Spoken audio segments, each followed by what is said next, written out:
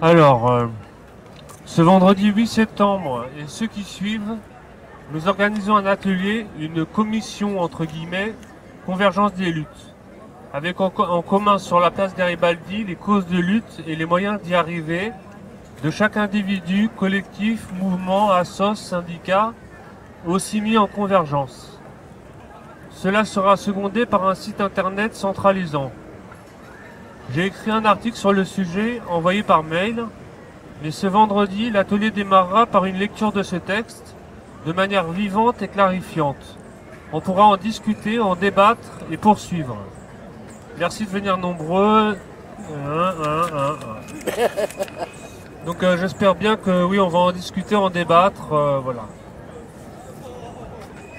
Ensuite, donc cet article a une certaine contenance et je l'ai écrit comme cela, de manière complète et précise, pour vous situer, pour en arriver au bout du compte aux deux derniers paragraphes concrets et essentiels du sujet. J'espère donc que vous le lirez jusqu'au bout. Merci Mathieu. Depuis la nuit des temps, les empires se succèdent. Un empire monte, atteint son apogée, une stabilité, puis le déclin. Un autre empire émerge alors naturellement, atteint son apogée, se stabilise, puis décline, etc., etc., etc. Alors ça, c'est un peu un peu idéologique de ma part, mais je dis aujourd'hui, l'empire capitaliste a eu sa montée et sa stagnation dans l'histoire et se perpétue. Mais personnellement, j'ai toujours cru qu'à mon époque, j'espère, je verrais la chute du capitalisme se cassant la gueule par son propre piège, qui est d'exploiter tant l'homme que l'environnement à outrance.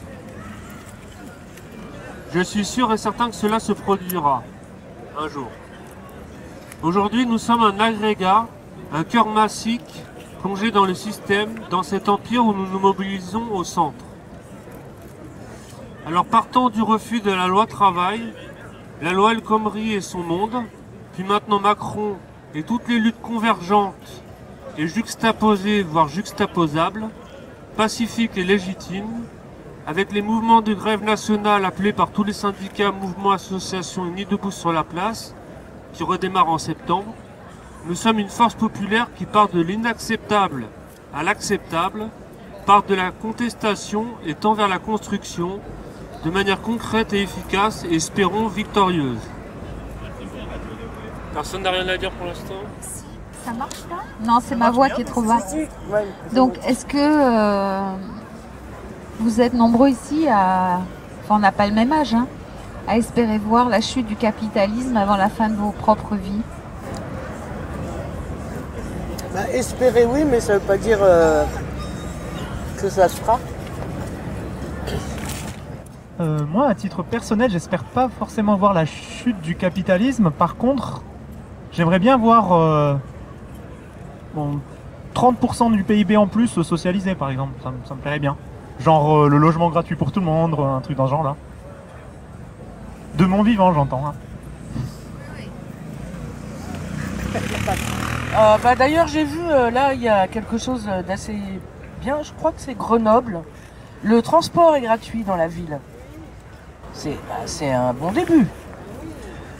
Je crois que c'est Grenoble. Oui, moi je suis d'accord avec Slavoj Žižek qui déplore qu'aujourd'hui il est plus facile d'imaginer la fin de l'humanité que la fin du capitalisme. Ouais.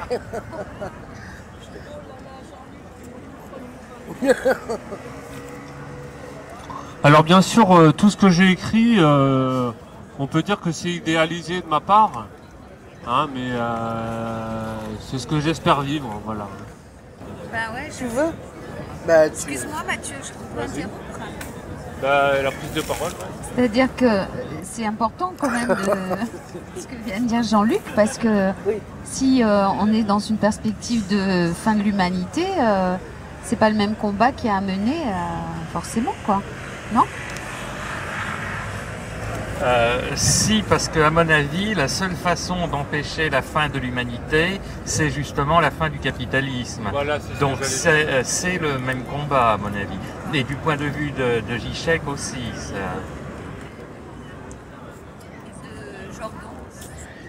Sans doute, oui. Et en même temps, oui, donc j'espère le voir, mais pas de manière passive, c'est aussi un combat que j'ai envie de mener dans ma vie, justement, pour que enfin, cette chute du capitalisme arrive, et donc évite la fin de l'humanité, évidemment. Alors partant du refus de la loi travail, la loi El Khomri et son monde, puis maintenant Macron et toutes les luttes convergentes et juxtaposées, voire juxtaposables, c'est-à-dire qu'on peut faire un parallèle de plein de luttes qui tendent dans le même sens, pacifiques et légitimes au niveau populaire, avec les mouvements de grève nationale appelés par tous les syndicats, mouvements, associations unies debout sur la place qui redémarrent en septembre. Nous sommes une force populaire qui part de l'inacceptable à l'acceptable humainement, part de la contestation et tend vers la construction de manière concrète et efficace et espérons victorieuse.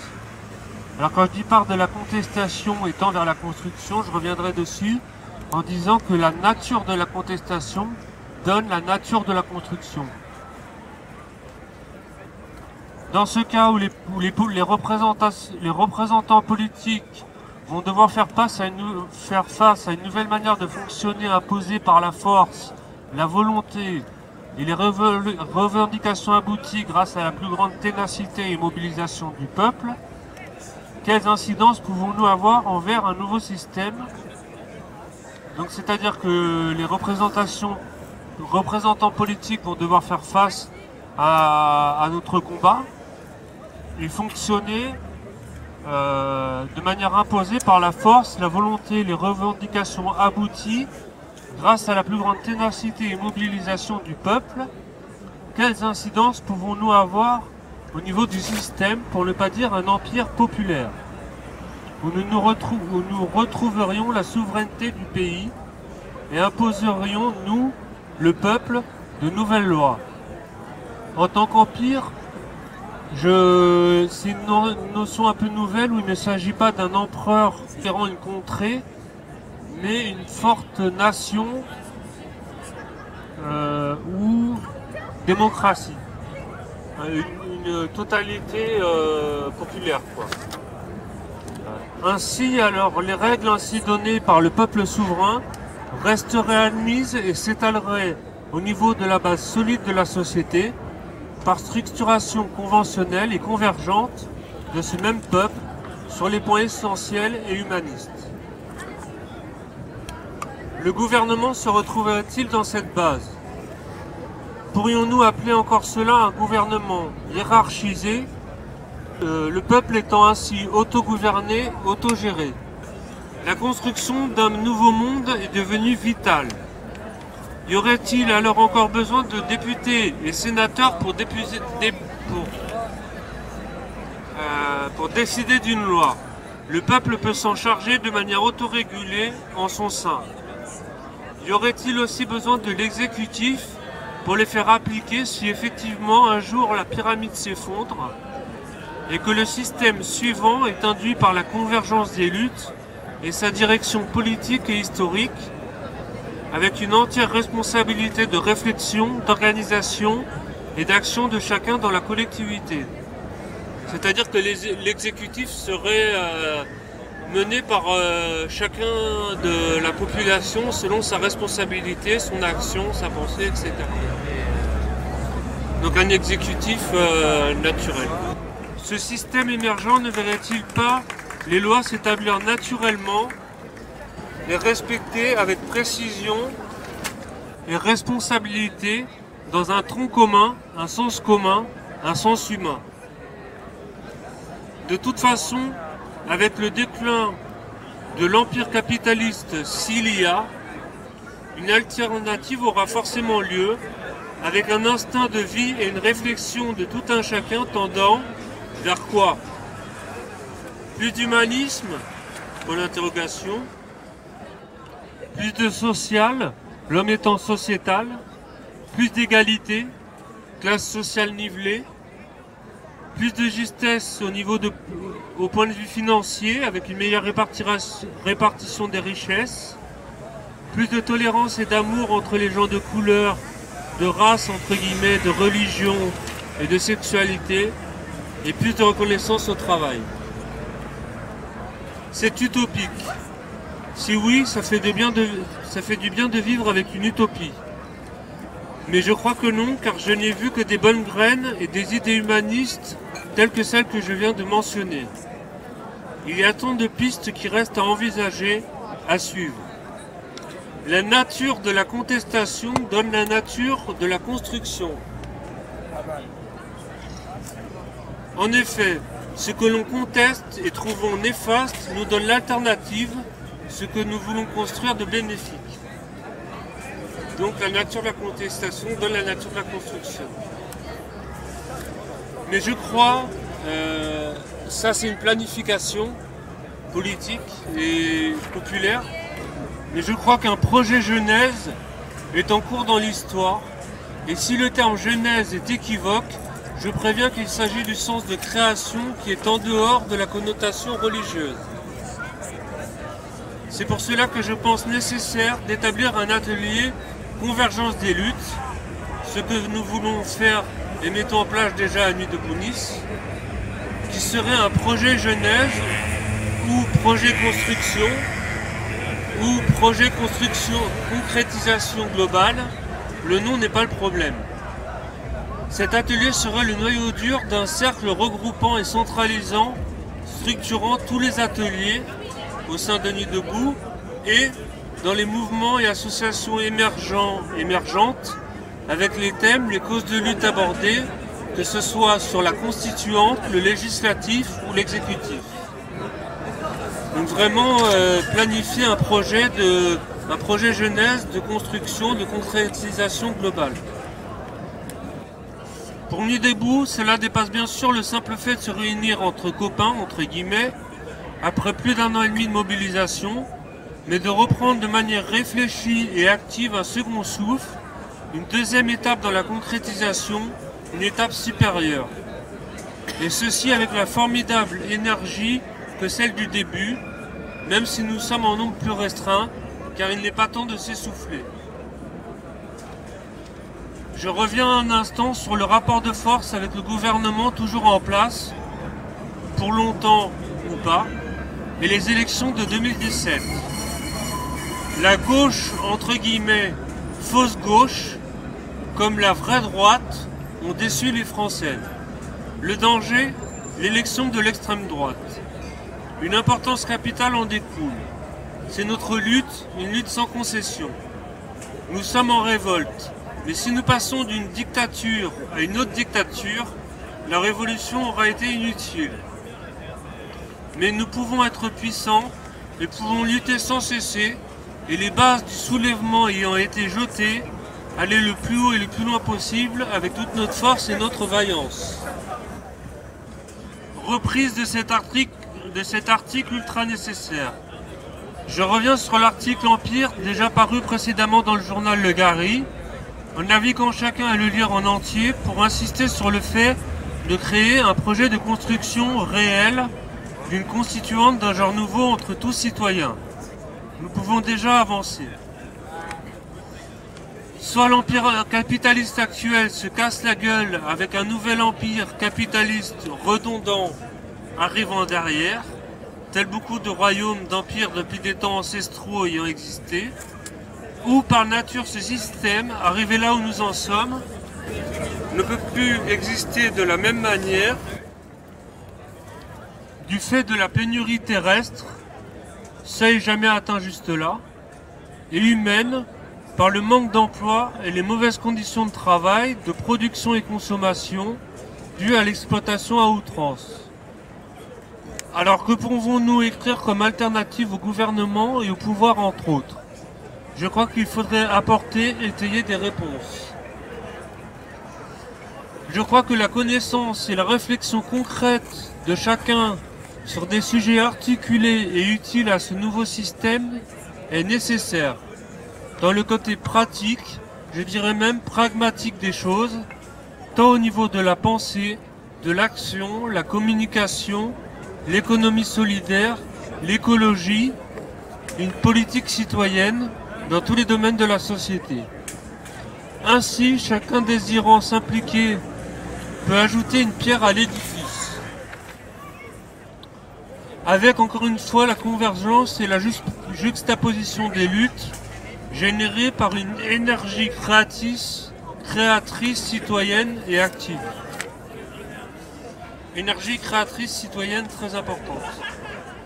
Je pense que le monde devrait avoir cet édifice en tête et en quête, parce qu'il peut apporter de direct et d'adapter dans son domaine de chacun, à l'ensemble, à la généralité d'un nouveau système, d'un nouveau monde. De manière sous-estimée, quand j'en parle, on me dit que l'on n'en est pas encore là, alors que pour moi c'est dans l'air du temps, qu'il ne faut pas aller trop vite par peur de se casser la gueule, rejetant toute bonne forme de progressisme. Mais à ce compte-là, on ne bouge pas.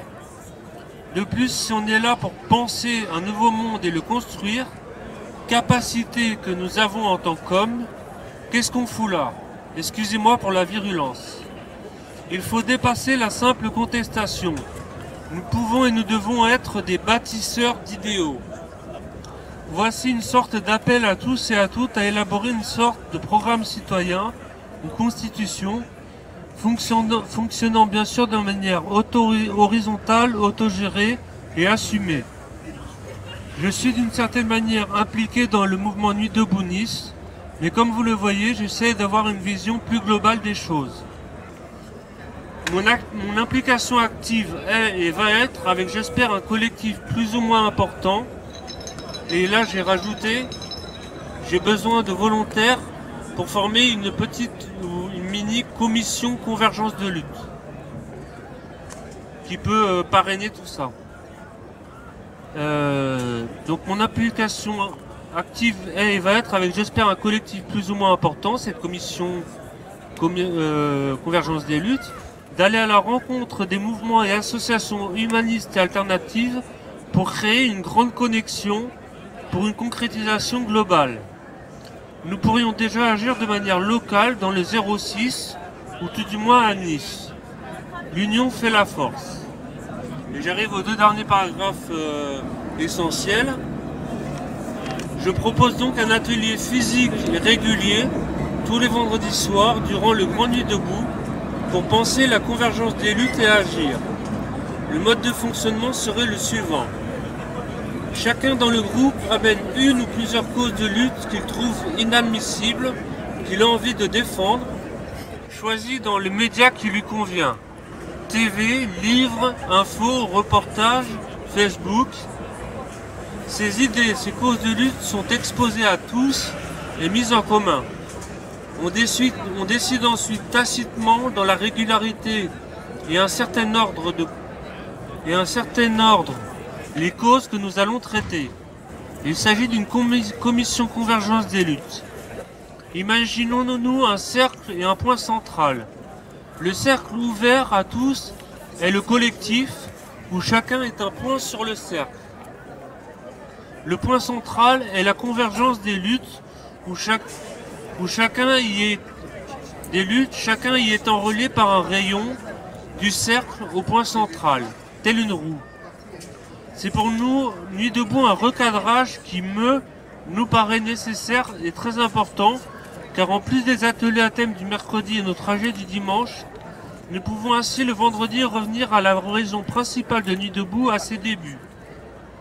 De plus, ces ateliers vont être liés et en parallèle avec un site internet centralisant tout syndicat, mouvement, association voulant s'y inscrire, encore une fois en convergence, avec sa dénomination et son adresse, son ou ses luttes, ses objectifs et ses moyens de les accomplir, bref, de son fonctionnement interne. Il y figurera aussi un open agenda où chacun pourra toujours proposer un événement, un rassemblement, une manif, une action. Ce sera utile pour la lisibilité et l'information, mais aussi pour l'organisation et la concrétisation. Donc si on peut reprendre le texte en reprenant les points que chacun veut revenir dessus. Ou alors il est assez complet comme ça. Ouais, donc il y a un point, disons, ce ne sera pas une surprise parce que je l'ai déjà évoqué dans nos échanges mutuels, c'est qu'à mon avis, la notion d'empire, à mon avis, elle tombe un peu comme un jus sur la soupe, quoi. Elle trouve pas sa place dans ce... elle n'est pas utilisée bien à propos parce que l'empire, c'est une forme politique.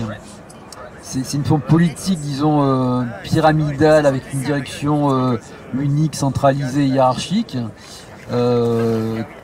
donc, et qui généralement est incarné, généralement même, chaque fois est incarné par un individu, on va dire, un empereur, et donc l'utiliser pour les termes d'empire capitaliste, à mon avis, ça ne reflète pas la réalité, parce que le capitalisme, c'est pas un empire, c'est un système où...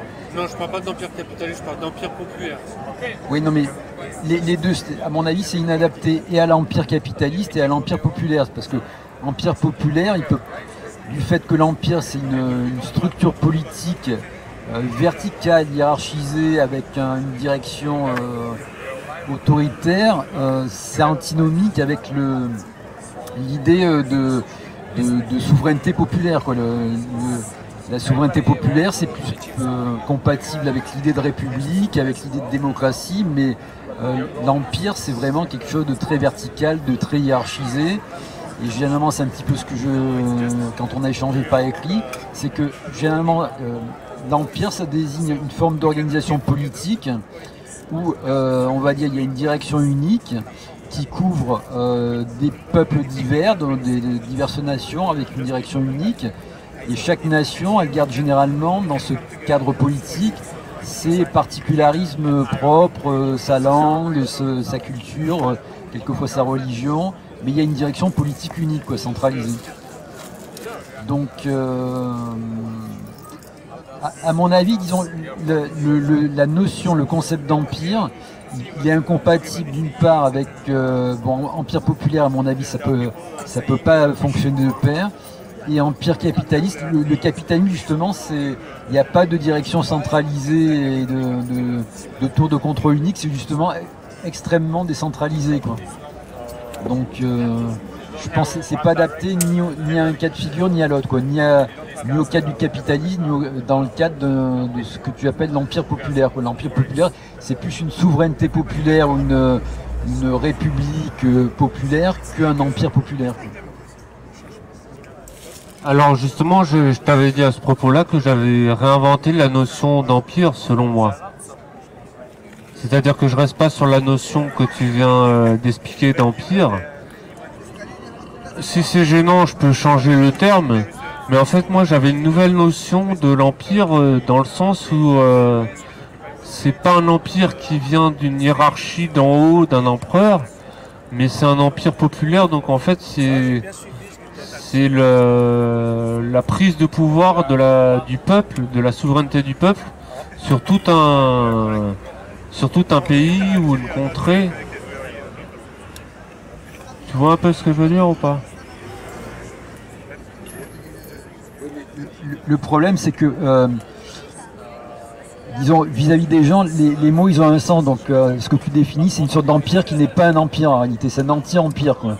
C'est, à la limite, tu pourrais dire de la même manière que tu emploies le terme empire populaire, tu pourrais très bien dire royaume populaire où tout le monde exerce la souveraineté royale, quoi. Il y a quand même des mots qui ont un sens, quoi. On peut pas réinventer le sens des mots, quoi. On est obligé d'employer quand même les mots dans le. Je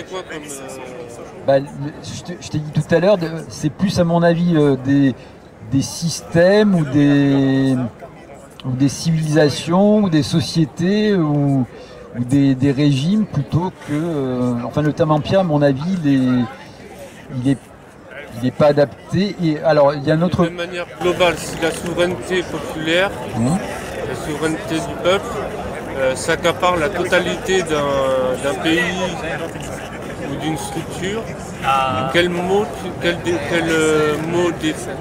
définition, quel mot tu emploierais? Ce qui va avec le populaire, généralement, c'est la République et la démocratie, hein. Ce qui est, dès qu'on pense à quelque chose une forme d'organisation politique et sociale de type populaire, ça va de pair. Alors je parle sous le contrôle d'autres personnes peuvent me corriger, hein. d'une forme d'organisation et républicaine et démocratique, mais pas impériale. Oui, mais quand tu parles de république et de démocratie, on entend quand même un système hiérarchisé avec une politique hiérarchisée, un président, des ministres, etc., etc. Dans la pensée des gens. Alors que moi, je veux vraiment que ce soit le peuple qui gère et les lois et l'exécutif, et le législatif et l'exécutif. Enfin, la République, c'est pas forcément, et la démocratie, c'est pas forcément quelque chose de vertical et hiérarchisé, quoi. Donc, je dirais à la limite, le fondement de la République et de la démocratie, c'est au contraire quelque chose d'horizontal et de. Là, on est dans une forme de république de démocratie, c'est pas oui, non, ça. Voilà, mais l'Empire, c'est encore moins horizontal que la République, quoi. C'est beaucoup plus vertical et beaucoup plus hiérarchisé et autoritaire. Enfin, je trouve un autre terme que ces trois termes-là. Vous levez la main pour prendre la parole et tout le monde en profite comme ça. Ouais, ce que je voulais dire, c'est que la structure, disons, la plus hiérarchique et la plus verticale et la plus autoritaire, c'est quand même l'Empire. L'Empire ou éventuellement le Royaume, je dirais l'Empire est encore plus que le Royaume, quoi. Donc, enfin, le terme Empire populaire, c'est comme utiliser le terme de Royaume populaire, quoi. C'est un peu, il y a un peu contradiction dans les termes. Peut-être qu'il faut inventer un nouveau mot. Maintenant, je vais revenir à un point que j'avais un petit peu déjà évoqué dans nos échanges par écrit. C'est que il y a un autre problème avec le terme empire, c'est que c'est un terme, on va dire, qui a une connotation qui peut rebuter des gens qui se situent dans, on va dire, dans une perspective progressiste. Qui, pour eux, disons, dès qu'on va employer le terme empire, ça va être un repoussoir. Ils vont complètement tiquer. Pour eux, empire, on va dire, c'est le pire des régimes, au même niveau que la monarchie, voire encore pire que la monarchie. Et d'autre part, par ailleurs, on va dire, ce terme d'empire, il est aussi utilisé par certaines personnes qui sont pas bien inspirées du tout, et notamment, il y a notamment Alain Soral qui lui utilise le terme d'empire.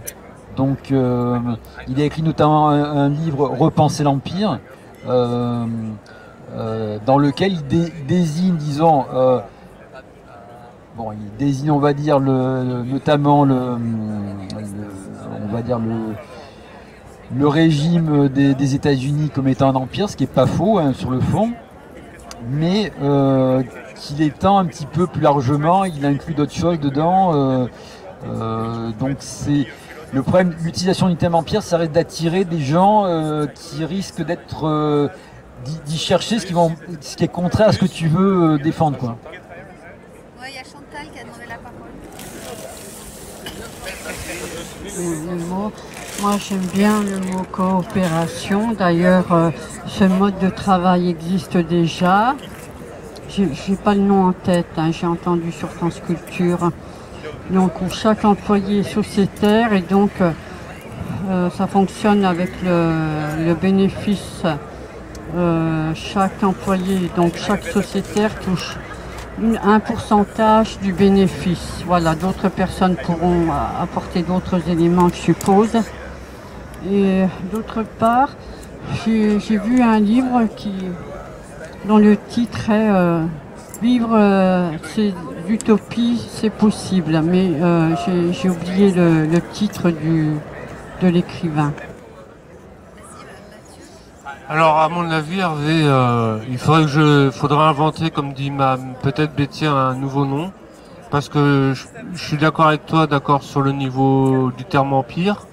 Mais même la République aujourd'hui et la démocratie, il y a une notion de hiérarchie pour le peuple.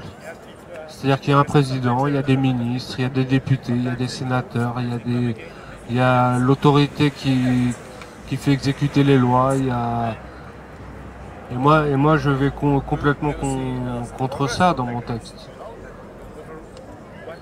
Donc, il faudrait peut-être inventer un terme nouveau. À part certains petits passages sur lesquels j'ai un peu buté, parce que je n'ai pas forcément bien suivi, mais dans l'ensemble, j'ai apprécié ton écriture, ton texte. J'aurais, comme le disait Hervé, le terme empire, effectivement, il me pose problème aussi. Après, je trouve que c'est une très bonne idée d'essayer de mettre en place un outil informatique qui permette de vraiment partager les informations sur les différentes associations, enfin, pour que effectivement tous les mouvements qui sont en train de se battre, chacun peut-être avec leur spécialité, puissent à minima savoir ou faire passer des informations sur un site où tous les gens qui sont en train de lutter pourraient avoir les infos, quoi. Ça, je pense que c'est un outil assez génial. Ça fait très longtemps que je vais le faire, j'en ai trop mal. En soi. Après, le fait de mettre, d'arriver à ce que tous ces mouvements, syndicats, groupes divers, opèrent ce que tu appelles une convergence des luttes, je pense que c'est un mouvement beaucoup plus complexe que de créer un site, mais c'est déjà une bonne chose de pouvoir le faire. Et de proposer cette plateforme, finalement, ça serait un genre de plateforme. Alors, je dis c'est utile pour la lisibilité, l'information, mais aussi l'organisation et la concrétisation. Donc c'est un site qui serait, voilà, où tout rassemblement... alors attends. Donc ces ateliers vont être mis en parallèle avec un site centralisant tout syndicat, mouvement, association voulant s'y inscrire. Encore une fois en convergence, avec sa domination, son adresse, son ou ses luttes, ses moyens de les accomplir, bref de son fonctionnement interne. Il y figurera aussi un open agenda où on pourra toujours proposer un événement, un rassemblement, une manif, une action. Cela sera utile pour la lisibilité, l'information, mais aussi l'organisation et la concrétisation. Mais Marilus, ce que je voulais te dire, c'est que bien sûr, je pense que tu l'as bien compris, ce site, il est lié aux ateliers physiques de convergence des luttes. C'est autant l'outil informatique enfin, c'est complètement lié à la présence et l'implication physique des luttes et de la convergence des luttes. Sur la place ou sur les places. Donc là c'est en cours, on est en train de le faire. Oui, enfin, il y a une idée qui m'est venue un peu par la tête là, sur la terminologie. Donc, on cherchait un terme. Il y a peut-être l'idée de fédération, peut-être, qui est peut-être plus adaptée que celle d'empire. Fédération, c'est plus horizontal, c'est plus participatif. Il y a moins ce côté autoritaire et vertical et personnalisé que dans l'empire. Fédération, mais c'est dans le sens de fédérer, mais fédérer ça veut dire lancer, mener. Mais il n'y a pas que fédérer, il y a agir. Oui, au début, tu parles quand même de l'empire capitaliste, donc le terme que tu emploies, qu'il faudrait employer à la place d'empire, ne me semble pas être un terme qui va être nécessairement positif. Et donc fédération que propose Hervé, qui va dans un sens positif, qui va dans le sens de ce que tu proposes de mettre pour remplacer le capitalisme, ça ne me semble pas très adapté. Mais je me demande s'il n'y a pas un terme qui existe et qu'on pourrait mettre. Et en plus, là, tu retrouves une idée qui a été beaucoup développée par toutes sortes de gens, c'est-à-dire certes des gens pas forcément très louables, mais d'autres auxquels on ne peut pas faire de gros reproches. À la place de empire, est-ce qu'on ne pourrait pas mettre, même si c'est vrai que maintenant ça peut être connoté négativement aussi, civilisation. Depuis la nuit des temps, les civilisations se succèdent. Une civilisation monte, atteint son apogée, une stabilité, puis le déclin. Une autre civilisation émerge alors naturellement, atteint son apogée, se stabilise, puis décline, etc., etc. Aujourd'hui, la civilisation capitaliste a eu sa montée et sa stagnation dans l'histoire et se perpétue. et il faut la remplacer par autre chose, par une civilisation populaire.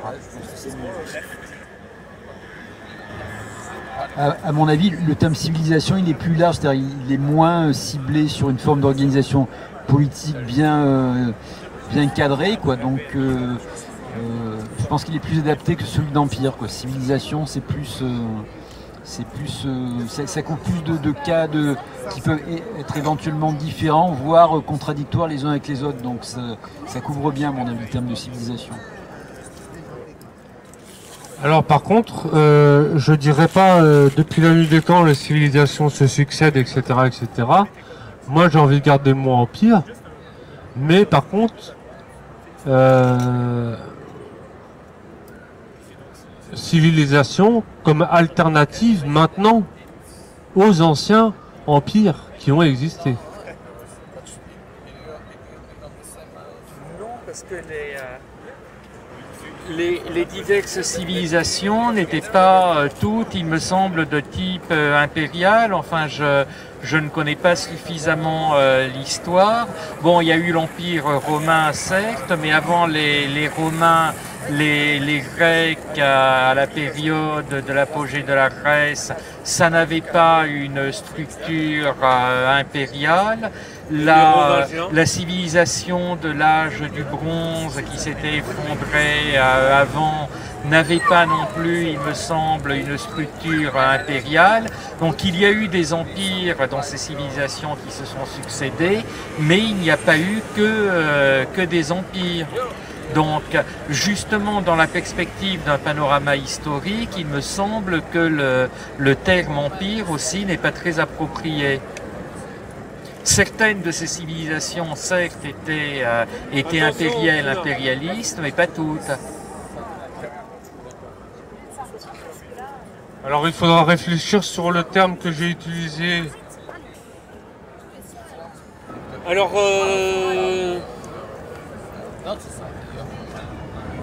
est-ce que vous voulez qu'on revienne sur des paragraphes, des points précis, comme par exemple le fait de... Alors,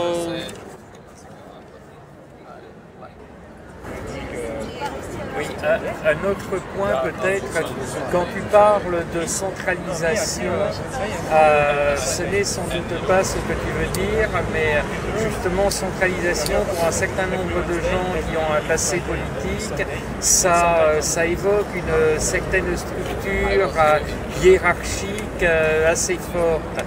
Le centralisme démocratique du PC.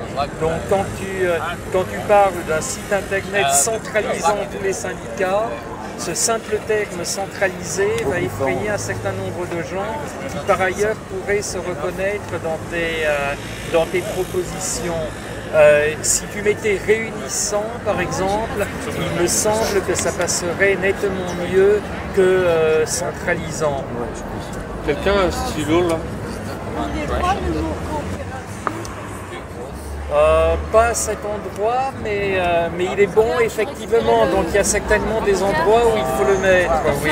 Ou alors, et confédération, ça existe aussi. Coopérative. Coopération, Et confédération, ça existe. confédération, ça existe. Crayon, ça va ou tu veux un stylo? Non, c'est bon. Alors je ne sais jamais quelle est la différence entre fédération et confédération. Hervé doit pouvoir t'expliquer. Moi j'aime pas trop ce terme-là, fédération. Oui, mais c'est coopération que tu disais, toi. Hein. C'est une coopérative internationale. Oui, alors. coopération, c'est nettement mieux, effectivement.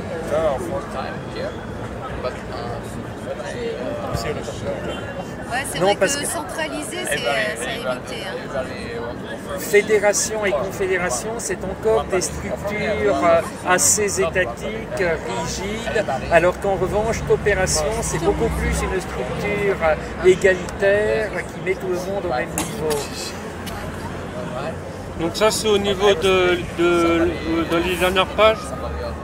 Moi, ce que je disais, c'était au niveau de la dernière page. Après, coopération, je ne sais pas où on peut le mettre, mais effectivement c'est une bonne idée. Je pense qu'il faudrait l'introduire. La coopération, j'ai mis, en partant du refus de la loi travail, la loi de communication monde, puis maintenant Macron, et toutes les luttes convergentes. La convergence des luttes, c'est déjà une coopération. Oui. Oui, mais là on ne peut pas mettre coopération à la place de convergente. Il faut peut-être trouver un moyen de le rajouter ici, effectivement. Où ça? Ben, là où tu dis toutes les luttes convergentes, peut-être qu'on peut... Et coopératives? Les luttes convergentes qui vont coopérer ou quelque chose comme ça.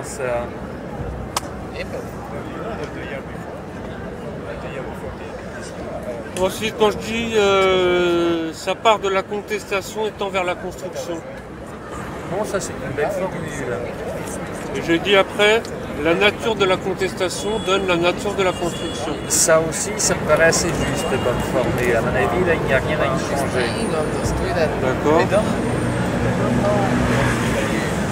Oui, tout ce qui est référé au naturel ou au naturellement, pour moi, c'est aussi un mot qui me pose problème si on en est à travailler sur les mots. Parce que ce qui est présenté comme naturel, la plupart du temps, ça ne l'est pas. Il y a eu plusieurs endroits dans le texte, je n'ai pas noté où, mais c'est un terme qui me paraît trop vague et trop connoté, recouvrir 1000 sens différents, et que il me semble que ça mériterait d'être clarifié, ce que tu appelles toi naturel ou naturellement. Et je peux revenir sur le petit paragraphe pour en parler?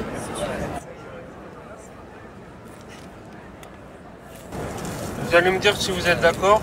Dans ce cas où les représentants politiques vont devoir faire face à une nouvelle manière de fonctionner imposée par la force, la volonté, les revendications abouties grâce à la plus grande ténacité et mobilisation du peuple, quelles incidences pouvons-nous avoir envers un nouveau système où nous retrouverions la souveraineté du pays et imposerions-nous, le peuple, de nouvelles lois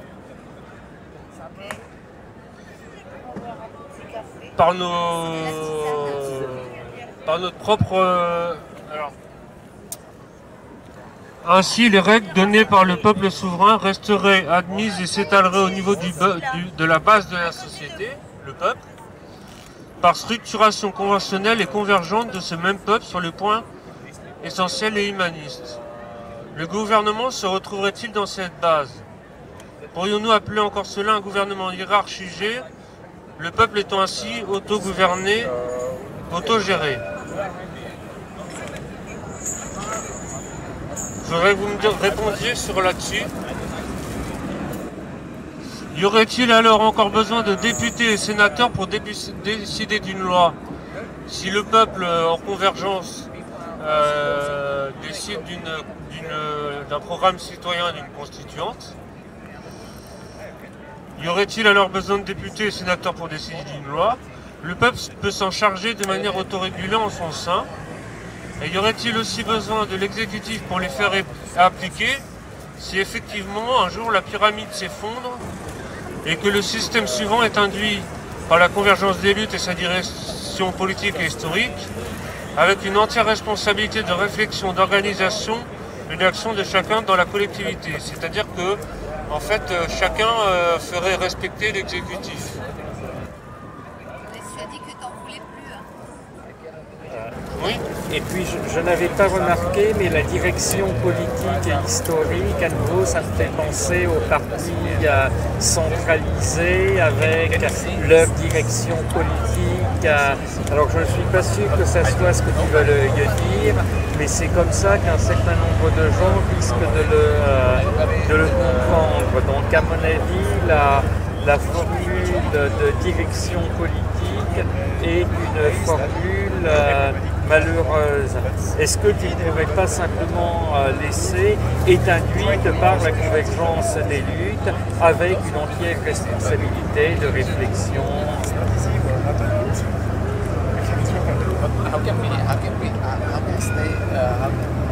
Où sont les influences marxistes? Oui, mais il y aurait forcément une direction politique citoyenne, même si elle est autogérée. Sauf que tu comprends direction donc dans le sens d'orientation générale. Mais on peut comprendre direction, et moi c'est plutôt comme ça que je le comprends quand je le lis, comme direction avec quelqu'un qui dirige, qui est aux commandes. Alors au lieu de direction, je peux mettre orientation. Peut-être orientation c'est mieux, oui.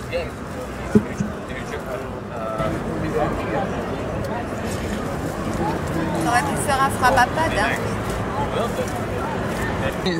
Je pense qu'à certains endroits, même peut-être à plusieurs reprises, tu dis qu'en quelque sorte le peuple va l'imposer par la force. Ça, je pense que bon, il y a certains qui peuvent y adhérer, mais je pense qu'il y a pas mal de gens qui peuvent, au contraire, ne pas y adhérer.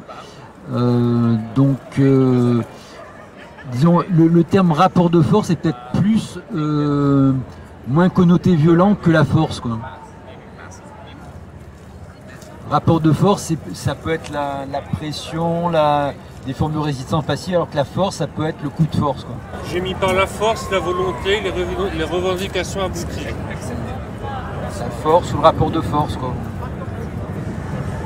Parce que la force, ça peut être on y va et puis on casse tout.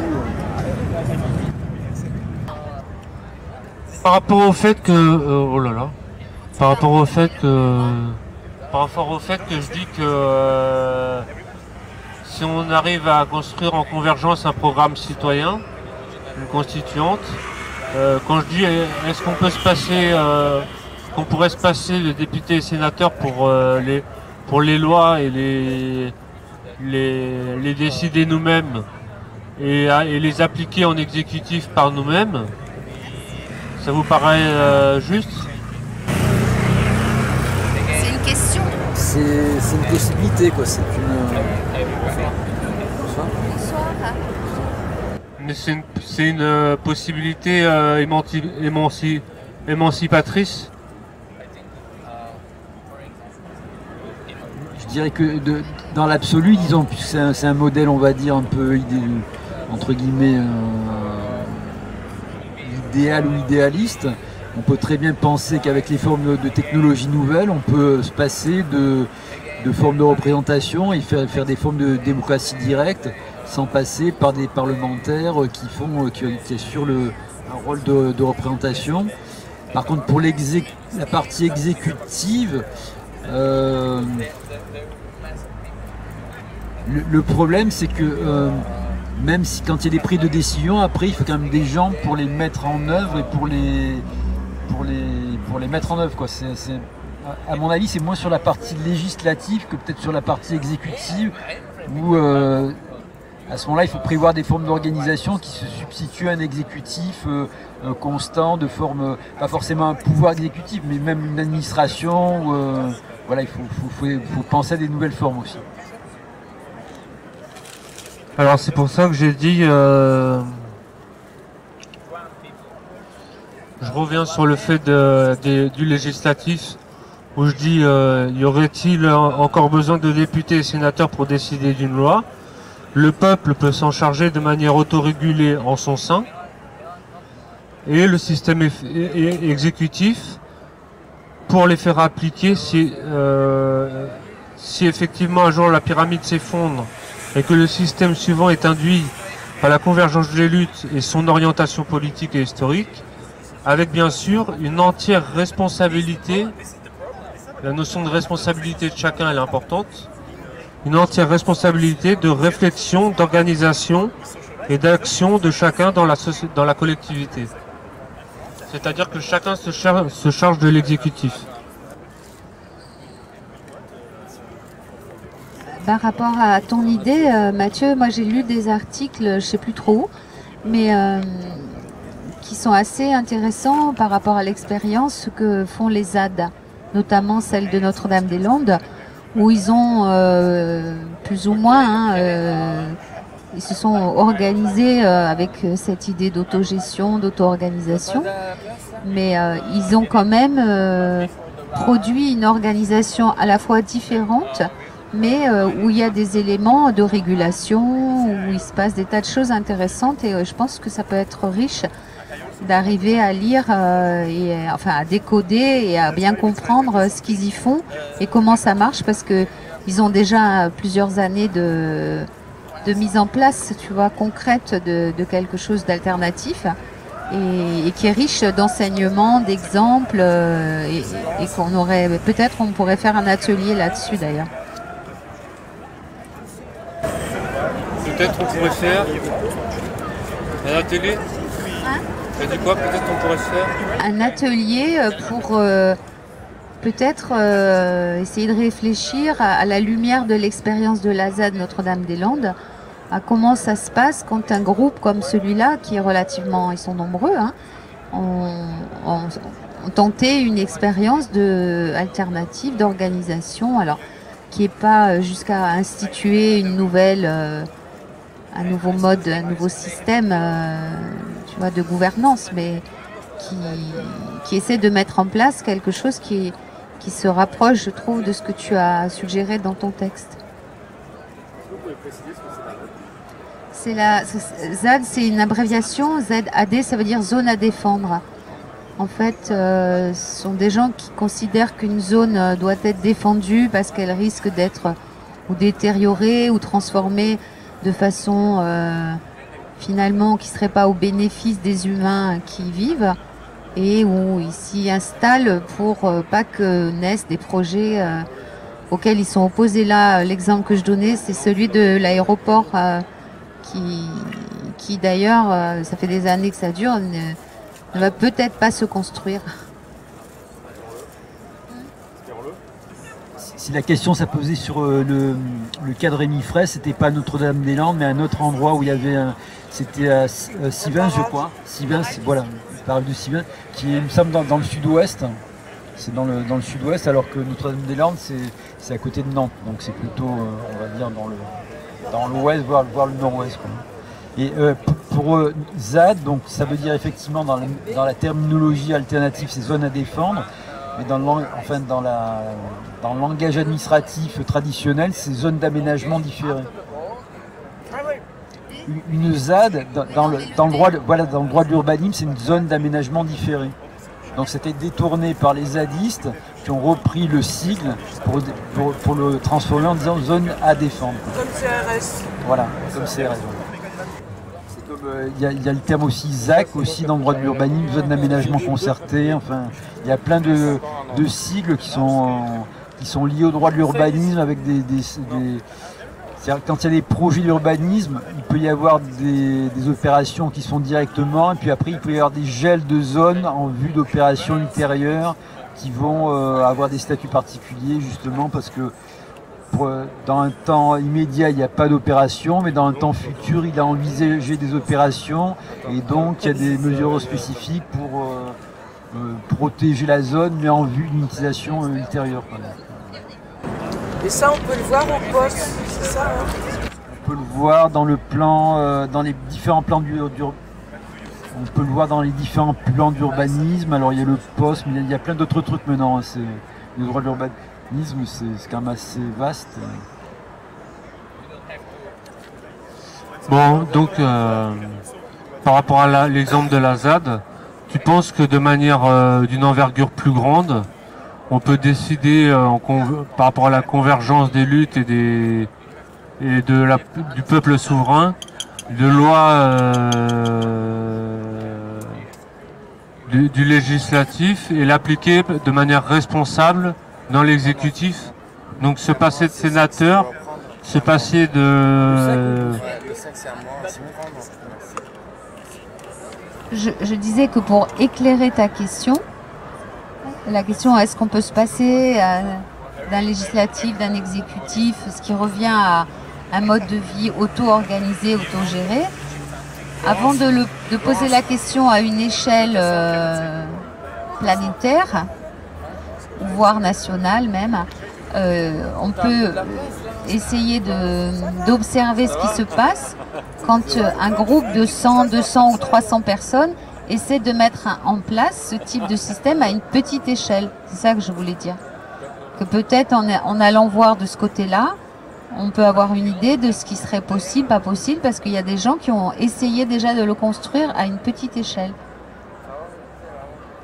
Alors, tu as bien compris que c'est ce que je voulais essayer de faire avec mes ateliers et l'organisation déjà au sein de Nuit Debout, puis dans le 06.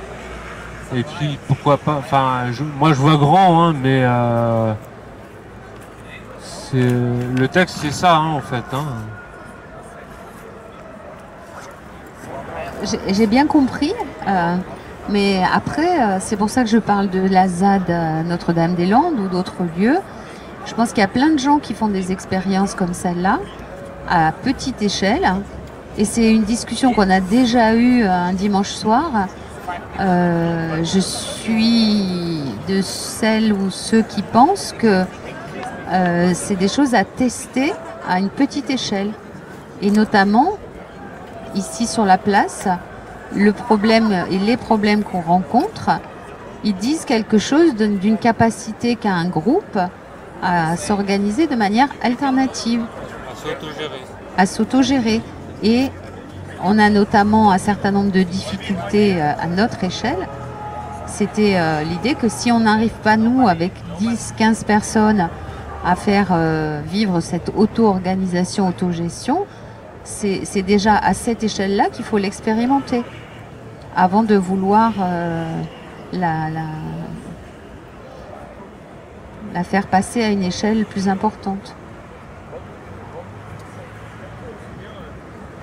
Si je peux compléter aussi, c'est que il faut peut-être faire la différence entre l'autogestion et puis la démocratie directe. C'est-à-dire, il peut y avoir des formes de démocratie directe où les gens, ils vont se substituer la prise de la décision concernant les lois et les règlements. C'est-à-dire, c'est des règles générales. C'est pas de la gestion au jour le jour, quoi. Pour déterminer des règles, effectivement, c'est plus facile, disons, qu'il y ait un ensemble très vaste qui débattent et qui délibèrent pour déterminer des règles générales, donc on va dire de type loi ou règlement, mais après c'est plus compliqué pour, on va dire, une délibération et une gestion en commun, on va dire en continu, pour l'application des règles, quoi, pour on va dire la gestion courante, quoi. Le plus compliqué, c'est pas tellement la délibération collective pour déterminer des règles générales, comme des lois ou des règlements, mais plutôt pour concrètement fonctionner au quotidien. C'est là que c'est le plus compliqué.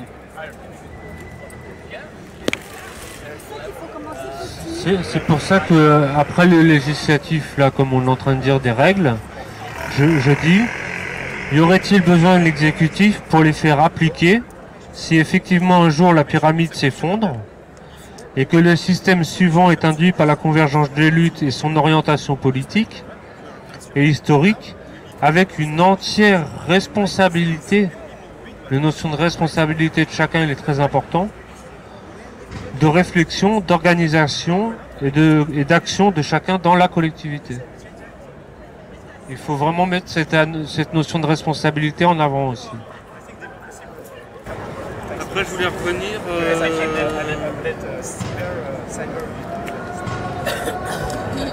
Il y a la notion de responsabilité, mais aussi d'implication permanente, quoi.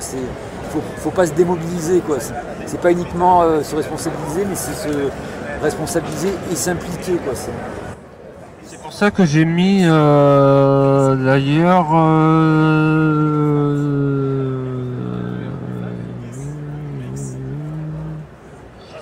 quand je parle du cas où je dis dans ce cas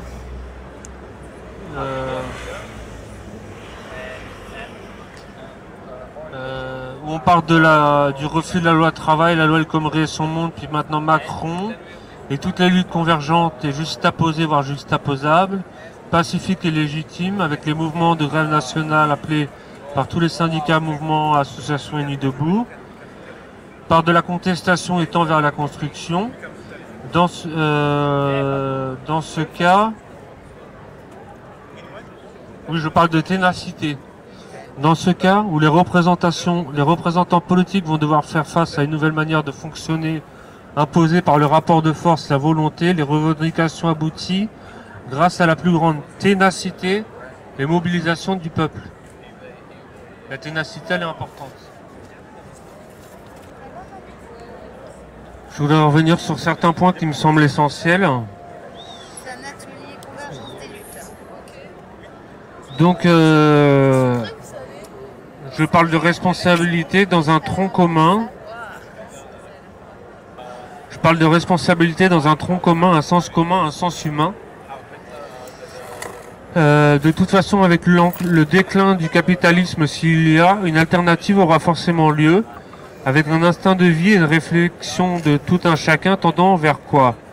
Plus d'humanisme, plus de social, l'homme étant sociétal, plus d'égalité, classe sociale nivelée, plus de justesse au point de vue financier avec une meilleure répartition des richesses, plus de tolérance et d'amour entre les gens de couleur, de race, de religion et de sexualité, et plus de reconnaissance au travail. C'est utopique, si oui, ça fait du bien de vivre avec une utopie.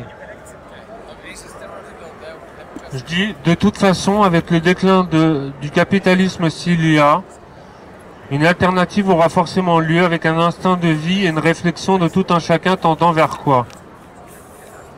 Plus d'humanisme, plus de social, l'homme étant sociétal, plus d'égalité, classe sociale nivelée.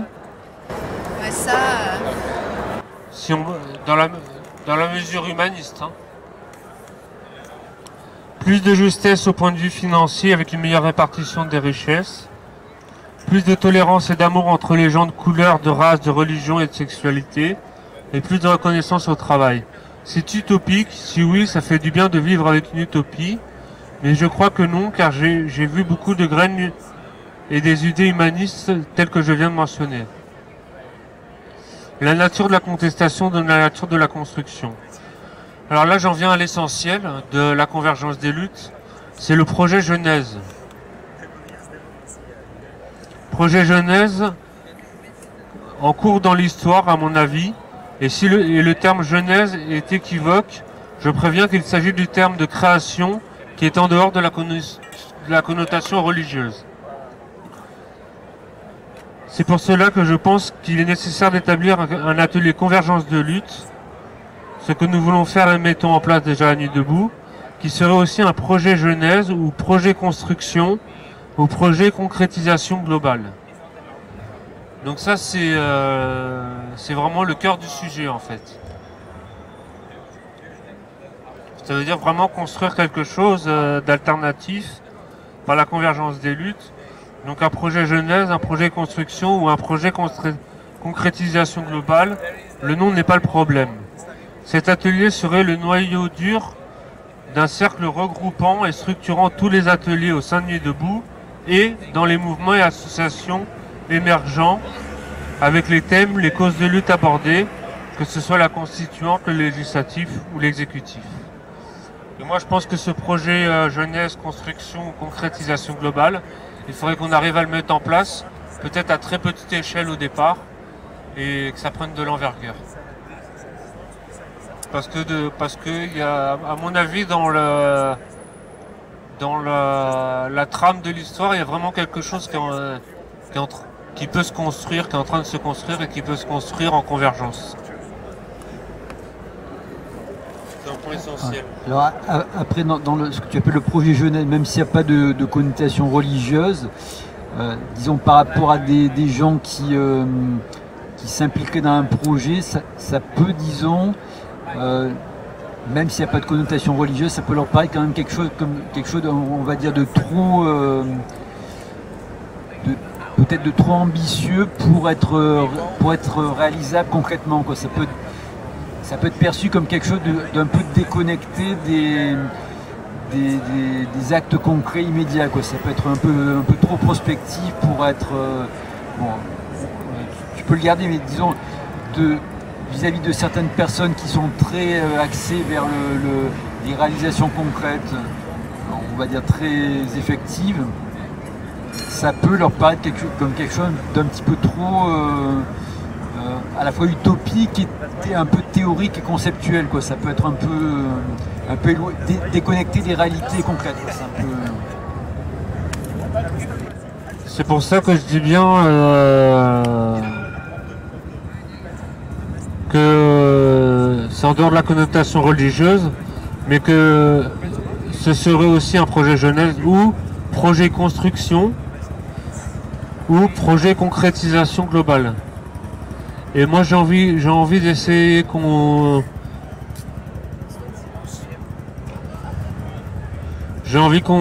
essaye de le faire, mais je veux dire, il y a des gens qui ont porté des projets. Il y a des gens qui ont porté des projets, que ce soit des philosophes, des théoriciens ou même des gens plus pratiques dans les choses, qui sont partis d'un petit niveau et qui ont réussi à faire quelque chose d'une assez grande envergure. Donc moi je me laisse cet espoir-là. Vous êtes d'accord avec ce principe?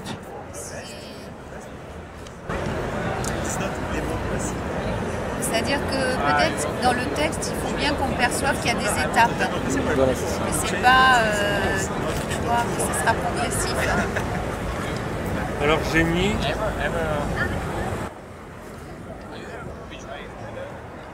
cet atelier serait le noyau dur d'un cercle regroupant et structurant tous les ateliers déjà au sein de Nuit debout et dans les mouvements et associations émergentes avec les thèmes, les causes de lutte abordées, que ce soit la constituante, le législatif ou l'exécutif. Pour en revenir à ça plus loin, je crois que la connaissance et la réflexion concrète de chacun sur des sujets articulés et utiles à ce nouveau système est nécessaire dans le côté pratique, je dirais même pragmatique des choses, tant au niveau de la pensée, de l'action, la communication, l'économie solidaire, l'écologie, une politique citoyenne dans tous les domaines de la société. Avec encore une fois la convergence et la juxtaposition des luttes générées par une énergie créatrice citoyenne. Et un peu plus loin, je mets mon implication est et va être avec, j'espère, un collectif plus ou moins important, la commission Convergence des luttes, d'aller à la rencontre des mouvements et associations humanistes et alternatives pour créer une grande connexion, une concrétisation globale. Mais je mets aussi, nous pourrions déjà agir de manière locale, dans les 06 ou tout du moins à Nice.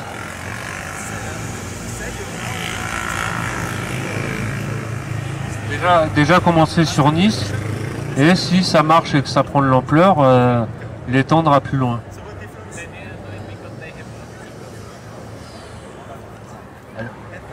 Alors après, disons, moi ce que je pense, c'est que dans la manière de le présenter, c'est que comme tu peux t'adresser, disons, à des gens qui sont quand même très axés vers les, on va dire, des choses concrètes, disons, qui se concrétisent, c'est peut-être effectivement leur parler du projet global, mais tout en leur permettant de, même s'ils veulent s'investir que sur des choses concrètes sans forcément comment dire, adhérer à un projet global relativement ambitieux, qui peuvent quand même s'impliquer même si ils n'adhèrent pas de bout en bout à toute la démarche. Voilà, c'est-à-dire qu'ils ne se sentent pas, disons, exclus du fait que pour eux, ça leur paraît éventuellement comme quelque chose d'un petit peu trop utopiste, ambitieux, théorique. C'est-à-dire, même s'ils sont très axés sur les actes concrets, qui peuvent quand même s'impliquer, même s'ils n'adhèrent pas à la totalité de la perspective, et que pour eux, ils sont plus dans des trucs plus terre à terre et plus concrets, quoi. C'est pour ça que tu as vu que j'ai parlé, j'ai dit, je crois que la connaissance et la réflexion concrète de chacun sur des sujets articulés et utiles à ce nouveau système est nécessaire dans le côté pratique et pragmatique des choses. Tant au niveau de la pensée, de l'action, la communication, l'économie solidaire, l'écologie, etc. Vraiment que ce soit concret et pratique, pragmatique. Voilà. Voilà, après, bon, je pousse un coup de gueule quand je dis de manière sous-estimée, quand j'en parle, on me dit que l'on... Parce que je veux porter ce projet et aller plus loin. Et j'ai parlé avec des gens. De manière sous-estimée, quand j'en parle, on me dit que l'on n'en est pas encore là, alors que pour moi c'est dans l'air du temps. Qu'il ne faut pas aller trop vite par peur de se casser la gueule, rejetant toute bonne forme de progressisme. Parce que c'est une forme de progrès qui me semble admissible. Mais à ce compte-là, on ne bouge pas. De plus, si on est là pour penser un nouveau monde et le construire, capacité que nous avons en tant qu'hommes, qu'est-ce qu'on fout là? Excusez-moi pour la virulence. Il faut dépasser la simple contestation. Nous pouvons et nous devons être des bâtisseurs d'idéaux. Ouais, mais j'aurais voulu savoir maintenant concrètement comment on peut avancer. Parce que le week-end prochain, à moins qu'il y ait d'autres personnes on reprend le texte ou comment... Est-ce que en parallèle tu travailles avec Romane sur le site toujours? Bah là c'est en cours. Hein. Vous y bossez quoi? Bah, on débute quoi.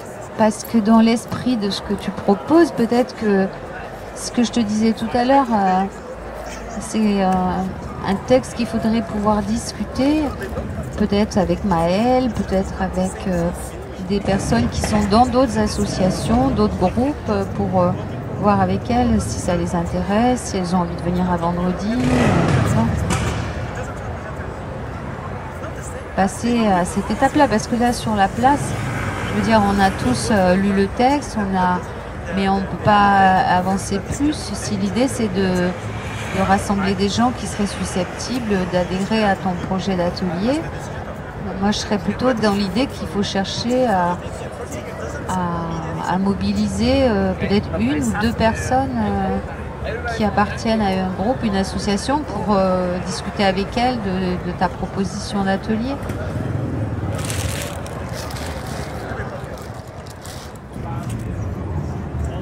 Donc si Marie-Lise, tu proposes que si... Pas de micro. Fais un effort là-dessus. Tu proposes que s'il y a des nouvelles personnes qui viennent la semaine prochaine, on reprenne le sujet? Non. Parce qu'il faut bien qu'ils soient... Non, l'idée c'était plus de les rencontrer en dehors du vendredi et de leur proposer de venir, mais de prendre le temps de leur expliquer ce qu'on s'est dit ce soir. On va recommencer tous les vendredis à partir du texte, à lire. Bah ouais. S'il y a d'autres personnes intéressées, tu dis que tu as envoyé des mails, tout ça, il faudrait les contacter directement pour en parler directement. Leur expliquer ce qu'on s'est expliqué ce soir et voir si elles sont intéressées et qu'elles viennent vendredi prochain. Mais vendredi prochain, on fait quoi? Mais en ayant lu le texte, en ayant des propositions, des discussions à faire dessus. Bah c'est pour ça, si je leur lis pas le texte comme je vous l'ai lu, ils vont pas pouvoir... Oui, mais nous, tu nous l'as déjà lu. On va pas relire tout la semaine prochaine. Ah non. Donc s'il y a des gens intéressés, leur donnes. faut que tu leur lises, que tu en discutes avec eux avant vendredi prochain. Prends les textes là et puis distribue-les aux gens que tu rencontres qui sont intéressés. Mais il faut que tu en parles avec eux parce que comme tu en as parlé avec nous, je pense. Mais on va pas faire la même chose tous les vendredis juste pour une personne nouvelle. Il me semble. C'est un texte qui nécessite d'être commenté, d'être discuté. Tu ne peux pas uniquement soit le lire, soit que les gens ils le lisent sans que ça soit discuté de vive voix. Il faut un peu l'expliciter pour que les gens ils puissent bien... Bah c'est ça le problème, c'est que je peux pas moi en discuter aussi clairement avec tout le monde, chacun de manière différente. Tu vois ce que je veux dire, Marie-Luce, ou pas? Non.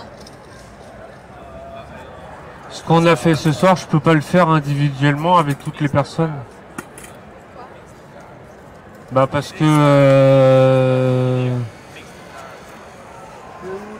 si je dois avoir 10 personnes, 15 personnes et le faire...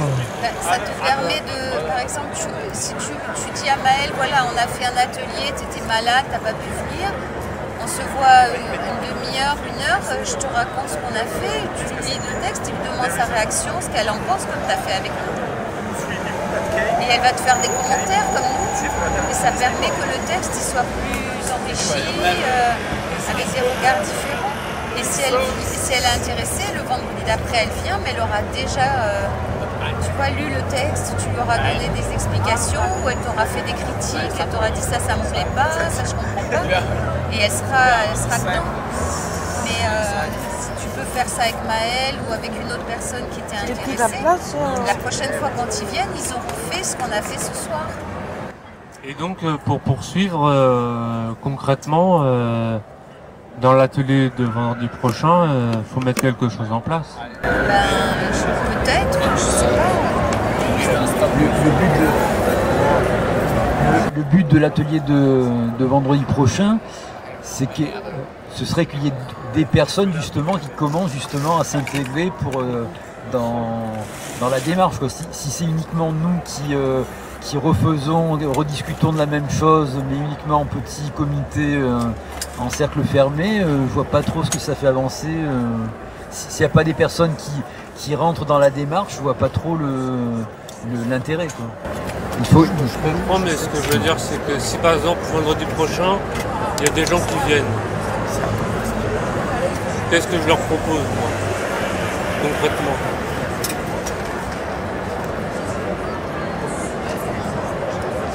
Ouais, effectivement, oui, à ce moment-là, oui, si c'est des gens qui sont pas du tout...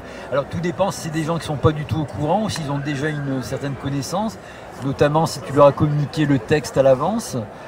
Je dirais que à la limite, l'idéal, ce serait que ce serait soit sur une sorte d'espace collaboratif comme le Framapad, où ils peuvent très bien mettre des commentaires, des modifications. C'est-à-dire, toi, tu gardes ton texte original, mais après, tu mets à disposition le texte pour qu'il fasse des commentaires, des remarques, d'éventuelles modifications. Comme ça circule, c'est interactif, avant même que...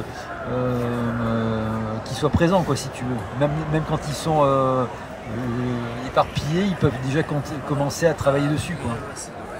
Toi, t'as loupé pas mal de choses. Ouais, du coup, j'ai loupé plein de trucs. Vous avez fait quoi? Vous avez listé l'ensemble des buts ou vous avez... On a lu tout d'abord on a lu tout le texte, et après on est revenu sur chaque paragraphe du texte pour bien réexpliquer en parlant. Lister les luttes, on l'a pas fait. Ah bah voilà, ouais, c'est peut-être des choses qu'on peut faire, ça. Ah oui, chacun ramène... Oui, c'est ce que tu as demandé. Chacun ramène sa liste de luttes personnelles, on les met en commun et on discute la pertinence de chaque lutte. Tu l'as fait, toi, ça? Je l'ai fait un petit peu dans ma tête. Oui, on avait... Sinon, lui, ce qu'il me disait, c'était qu'on était trop... bon, certes, on était dans la rue, mais on était trop fermés sur nous-mêmes. Hein? Alors que... Il faudrait aller chercher les autres gens des différentes autres communautés qui sont juste autour de nous, hein. Essayer je sais pas, de nous mettre en phase avec eux pour essayer d'avoir des points de vue différents, des gens complètement différents pour essayer de les faire discuter ensemble. Ah, c'est pas évident. Je lui ai dit que c'était pas évident. Ouais. C'est sûr. C'est un peu la même idée que ce que dit Mathieu. Hein. Oui, t'as pensé, Marilus, toi, à quelques luttes moi, je veux militer pour... Je veux militer pour pouvoir accrocher mon linge à ma fenêtre pour qu'il sèche dehors. Pour pouvoir planter des plantes sur mes jardinières sans qu'on m'emmerde. Oui, c'est-à-dire arrêter de supporter toutes ces interdictions. Pour pouvoir enlever les barrières de tous les immeubles et qu'on puisse circuler librement dans la ville. Ça, c'est les petites luttes. Bon, ça va, fais pas la grimace. Hein. Elle est pas bien, ma lutte?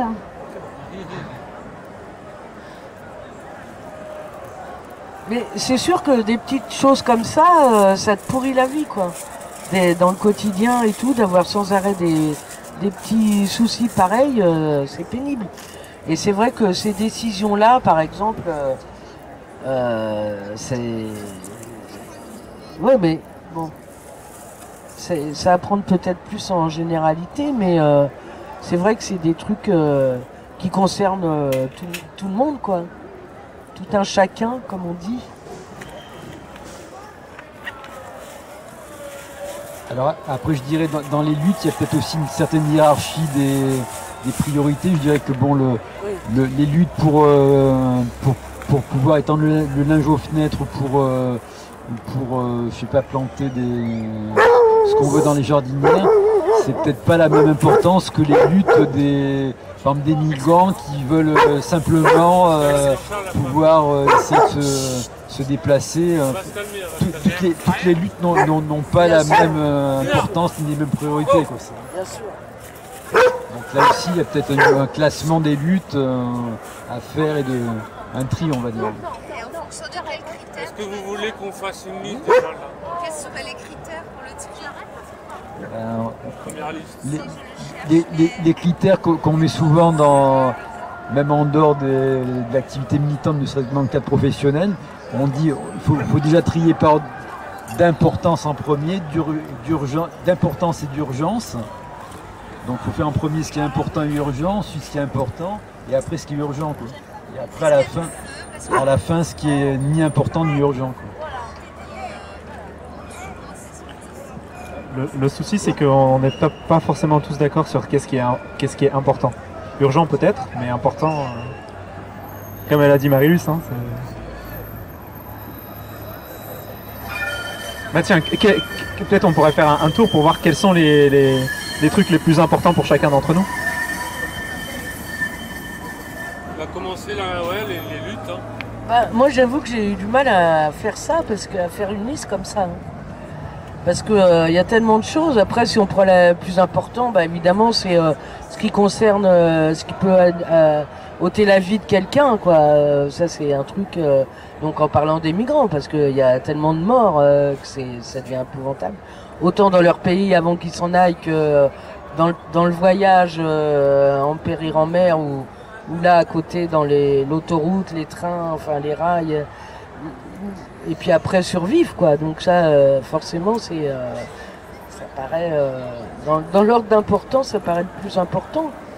Enfin, en tout cas, très important. Après, c'est vrai que moi j'ai du mal parce que comme on combat toutes les, enfin moi du moins, je participe à tout ce qui me semble injuste quand je peux. Donc après, faire une liste, c'est difficile.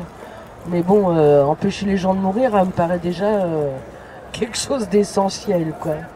Bon, alors là on a les migrants, mais il y a sans doute d'autres choses aussi, hein. Bon, les tsunamis on n'y peut rien malheureusement, hein, des trucs comme ça, parce que là c'est terrible ce qui s'est passé là aujourd'hui, hein.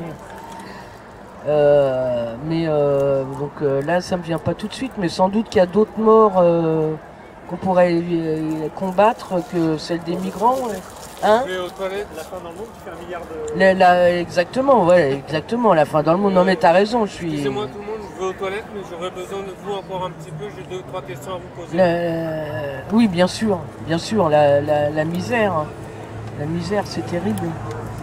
La misère, la santé, voilà, parce qu'il y a, bon, tout ce qui peut atteindre mortellement, quoi, voilà.